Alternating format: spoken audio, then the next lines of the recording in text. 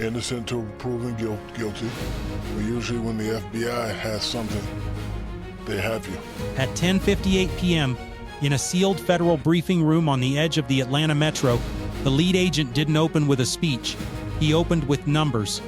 21 targets, 4 counties, $9.0 million in traced payments, wired, structured, and scrubbed through charities that only existed on paper. 73 recovered devices, 8 encrypted storage arrays, and one phrase that made the room go quiet. Evidence indicates a transnational organ trafficking network operating under a political shield. He didn't say cartel like it was a headline. He said it like it was a diagnosis.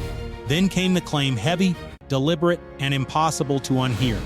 This may be the most shocking exploitation network ever discovered in this region. And right before the microphones clicked off, the warning landed for anyone still pretending this was just another raid story. You're about to see how deep it goes. Pause.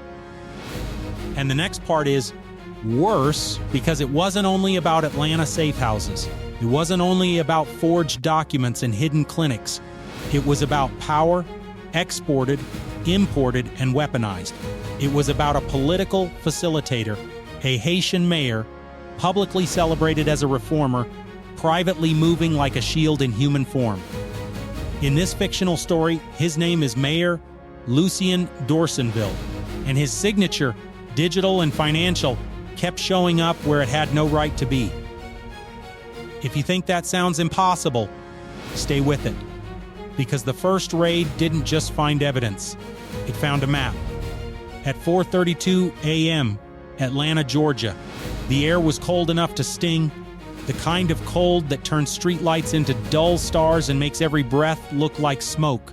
A thin fog clung to the parking lots, rolling over cracked asphalt and chain-link fences like something trying to hide the city's secrets. Neon from a 24-hour storefront bled into the mist.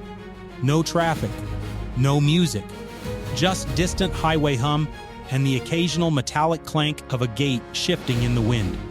Then the convoy arrived.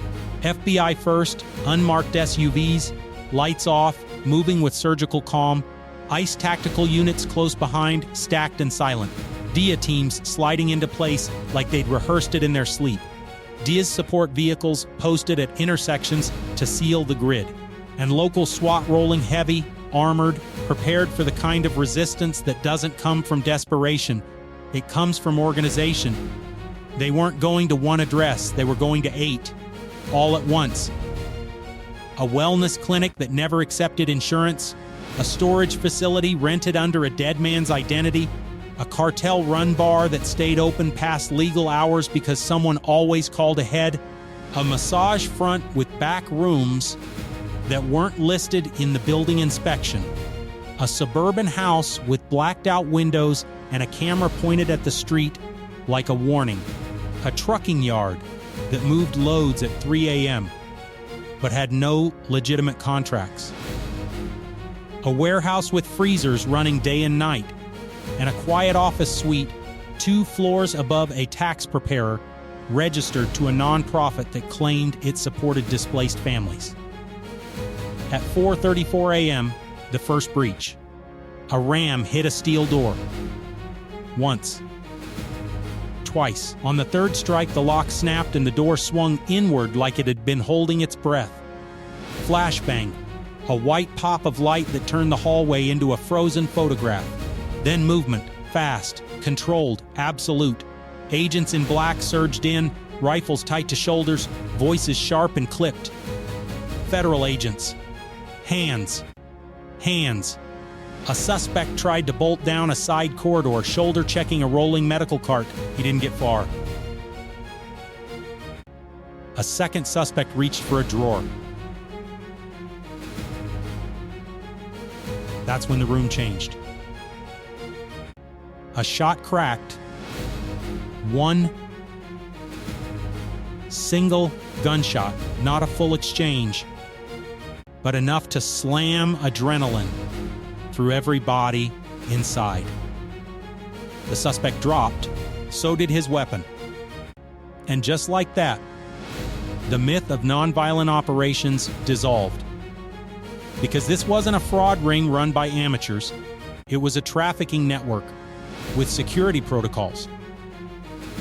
At 4:41 a.m. in DeKalb County, ICE teams hit a suburban safe house. The front looked harmless, fresh paint, trimmed shrubs, porch light on like someone was expecting company. Inside, the air was stale and oversweet, the kind of chemical clean smell that tries too hard to erase what happened. Rooms were staged, not lived in. Beds made tight.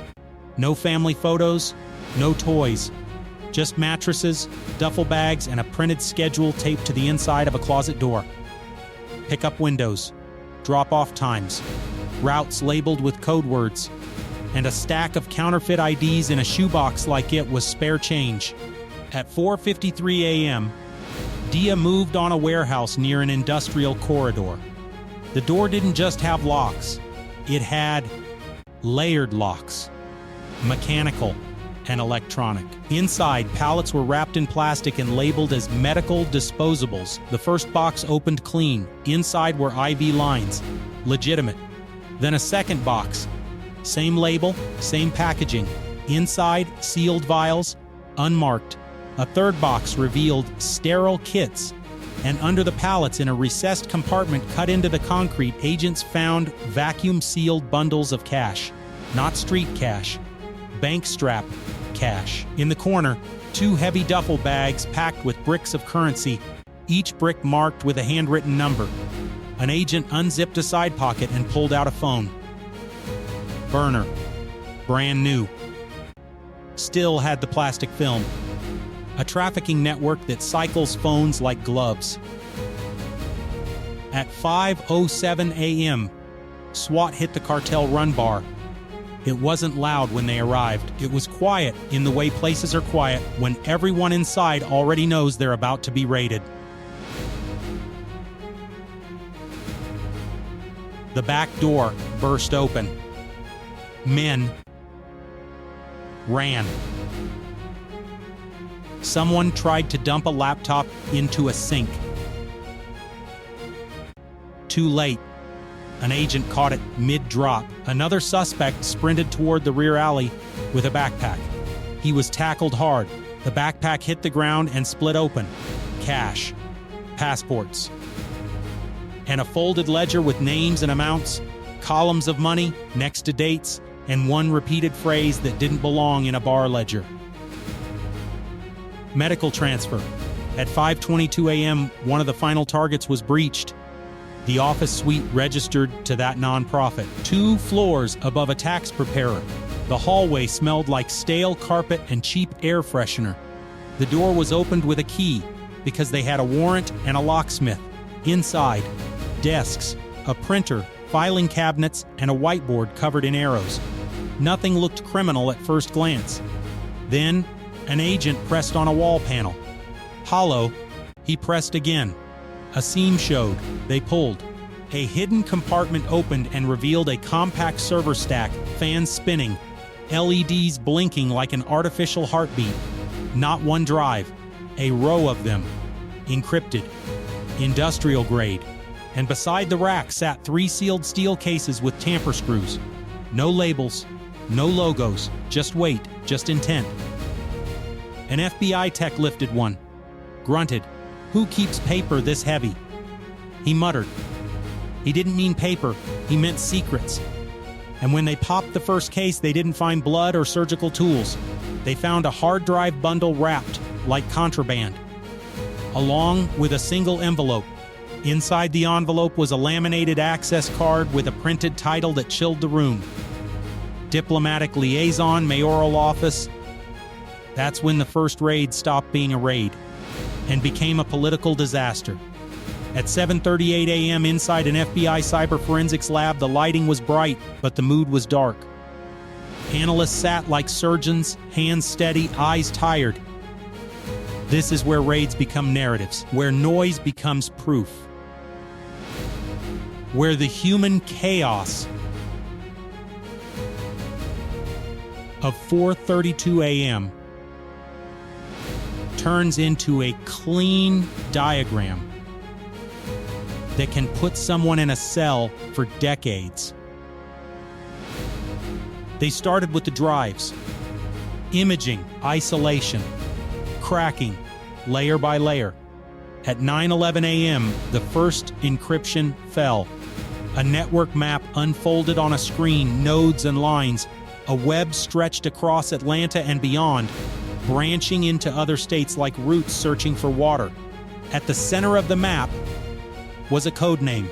Not Solaris, not something glamorous, something colder. Operation Cinderglass. Because everything it touched looked normal until you held it to the light and then you saw the fractures. Shell companies stacked like nesting dolls. Ghost corporations registered to fake addresses. Sham charities with emotional names. Children's Path Foundation, New Dawn Relief, Harbor Care Initiative. Restaurant chains used for cash blending. Logistics firms used to disguise movement.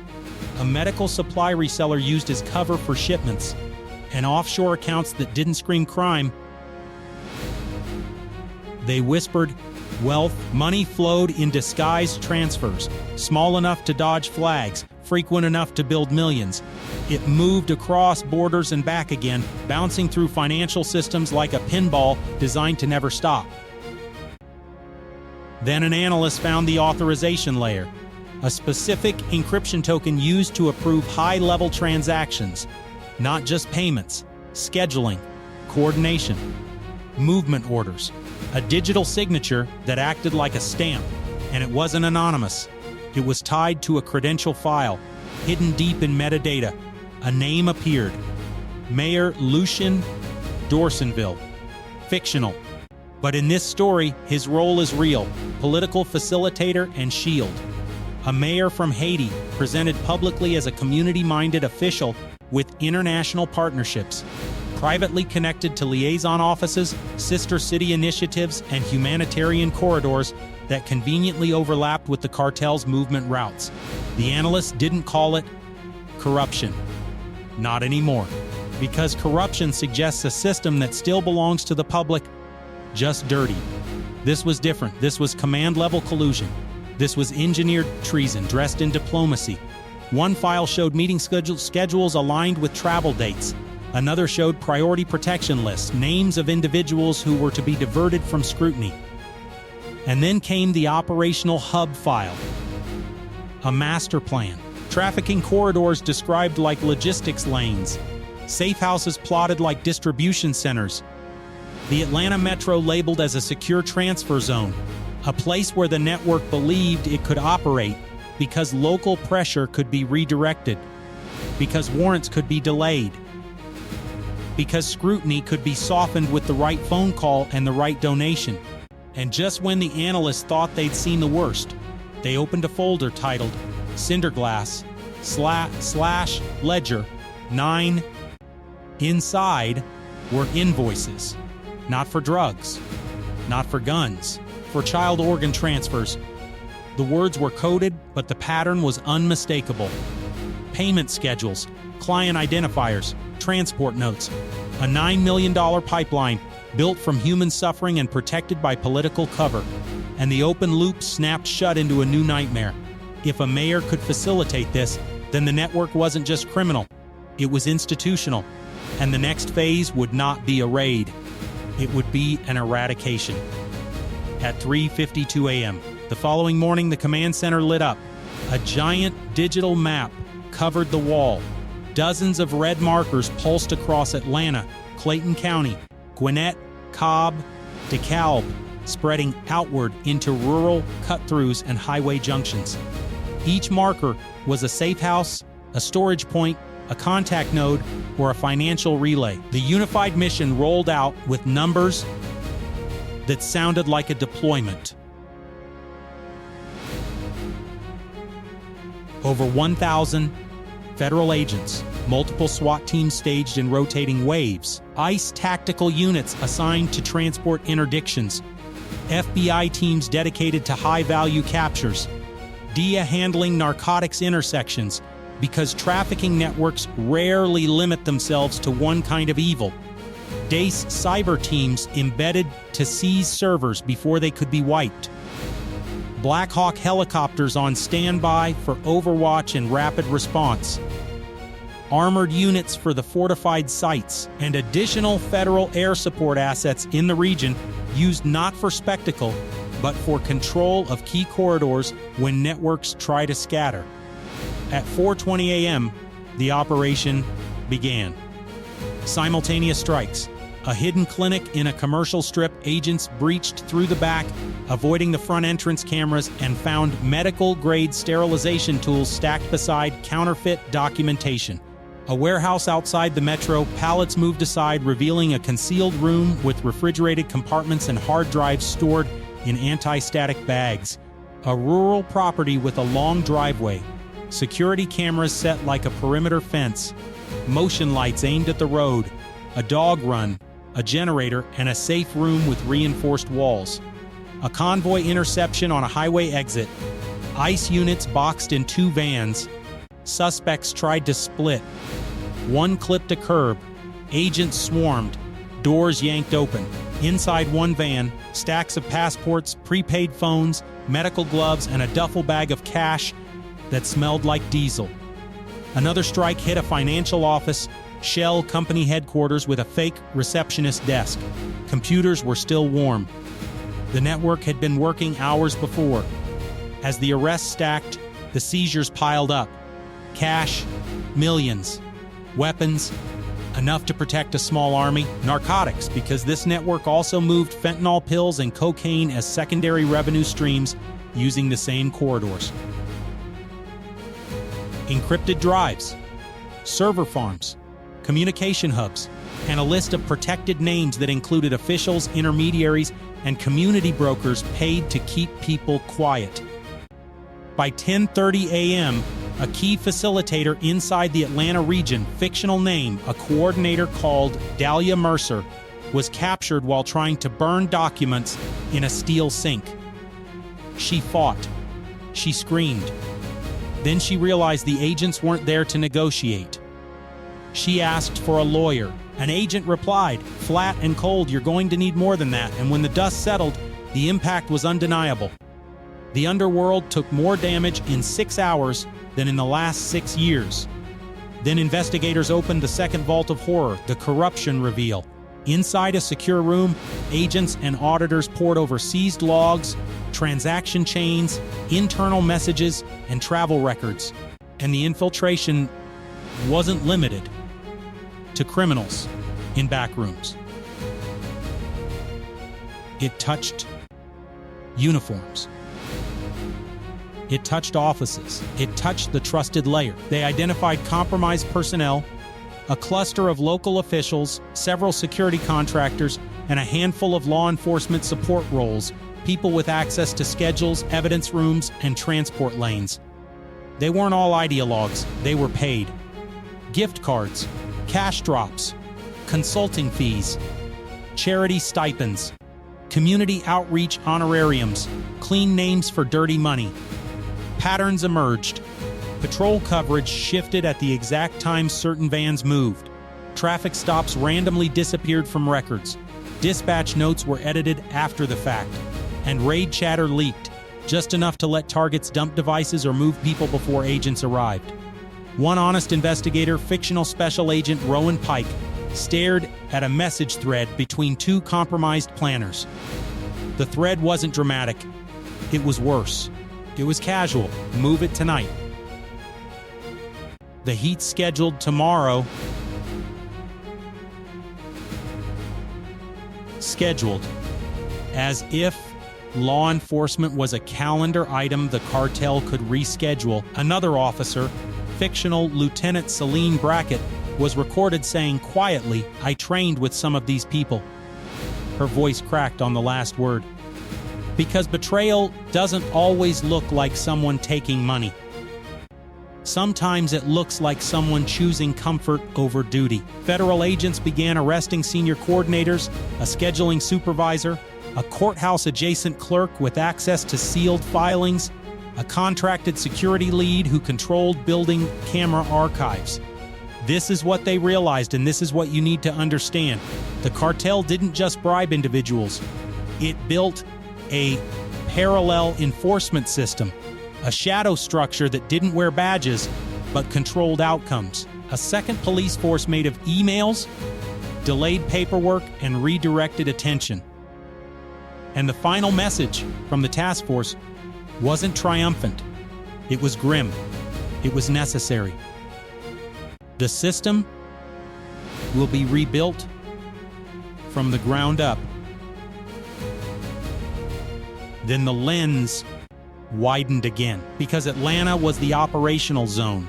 But Operation Cinderglass wasn't local, it was international.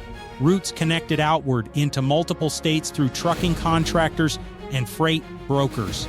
Port entries leveraged through altered manifests. Agricultural routes used because produced shipments move fast and get less scrutiny. Fake green energy grants used to justify equipment movement and warehouse leasing. Shipping lanes used as cover because the volume is too high to inspect everything. Analysts estimated the network could move tons of narcotics per week without triggering serious alerts, not because the system was blind, but because the network had learned where the system refuses to look. Way stations closed for maintenance when convoys passed. Inspection schedules were quietly reshuffled. Paper trails were designed to look boring. And the most disgusting part, human trafficking and migrant smuggling used as cover noise, a swarm of suffering that hides specific crimes inside a larger crisis. Then they found the final file, the catastrophic phase document, Cinderglass legacy. It wasn't just about profit, it was about permanence. A long-term plan to create political protection, build humanitarian optics, and manufacture a shield so thick that anyone who questioned it would look like a villain. And the chilling realization wasn't a dramatic confession. It was a strategy line, typed clean and unemotional. Public legitimacy is the strongest border, meaning if the mayor looked legitimate, if the charities looked legitimate, if the partnerships looked legitimate, then the cartel didn't need to hide. It could operate in the open. And that is the moment this story stops being about criminals in the dark and becomes about how democracies can be hollowed out without a single tank on the street. Because power does not always need open violence. Sometimes it only needs silence, ambition, and a system that confuses reputation with truth. The real cost always comes last. Because behind every trafficking ledger is a human being treated like cargo. Behind every fentanyl pill is a family waiting for a call that never should come. Behind every cocaine shipment is another neighborhood dragged into cycles of addiction and violence. Behind every meth pipeline is another community watching people disappear from themselves. If you're still watching, tap like so more people see this story. Comment expose if you want this kind of corruption dragged into the light, fictional or not, because the pattern is what matters. And one more time, clearly, names were invented, events were dramatized. But the warning is real. When a cartel learns politics, it doesn't just traffic in bodies or narcotics, it traffics in protection. And once protection becomes a product, the next part is always worse.